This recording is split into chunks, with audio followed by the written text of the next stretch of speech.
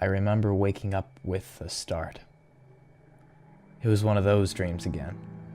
You know, where you fall off a high cliff or ledge or a high-rise building and just keep descending into the abyss until you wake up startled on your own bed, barely having moved an inch. I sat up and reached for my glasses, turned the bed lamp on, and sipped some water from a bottle. I plugged into some music to calm myself down further while I propped myself up against the headboard and turned the lights off. The room was illuminated by my phone screen for a short while before I went back to sleep. I relaxed and closed my eyes, turning my head up as I slid further down my bed and laid on my back. That's when I realized I was being watched.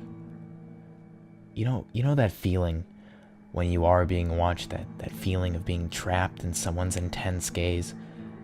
That's what this felt like. It seemed as though someone was standing near the bedroom door, watching me with seething wrath. I looked towards the door, the moonlight barely illuminating the area when I first spotted it, a vaguely humanoid shape leaning against the doorframe and watching me. I could barely make out any details, but I lay there, terrified and wide-eyed, looking at that thing watch me. I tried to move to turn on the light. It was at that instant I felt a massive crushing weight hold me down. I was paralyzed with fear. I opened my mouth to yell for my mom, to scream, to make some noise, hoping it would catch someone's attention and help me.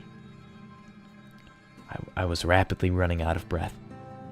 Gasping for air, I tried to talk when I realized my voice was gone. I continued to gasp and try to move my body. In all honesty, in my head, it felt like I was making progress. All that tensing of the muscles created a false illusion, but in reality, I couldn't move. I shifted my eyes back to the figure. I must mention the door to my bedroom had bead curtains, and the creature was on the other side. When I looked back, the strings of beads were swaying in the air like they had been disturbed. The creature, however, was nowhere to be seen.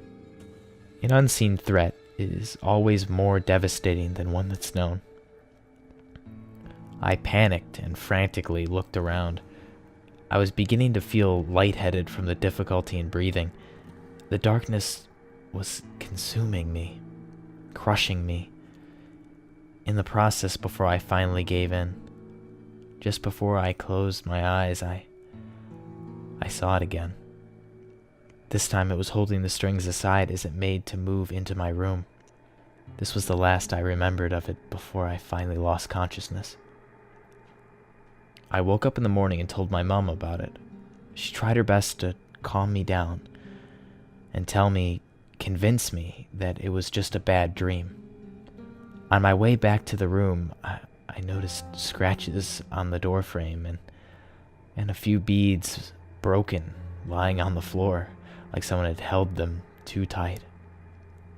When I pointed this out, all I was told was that I was trying too hard to make something unreal, well, real.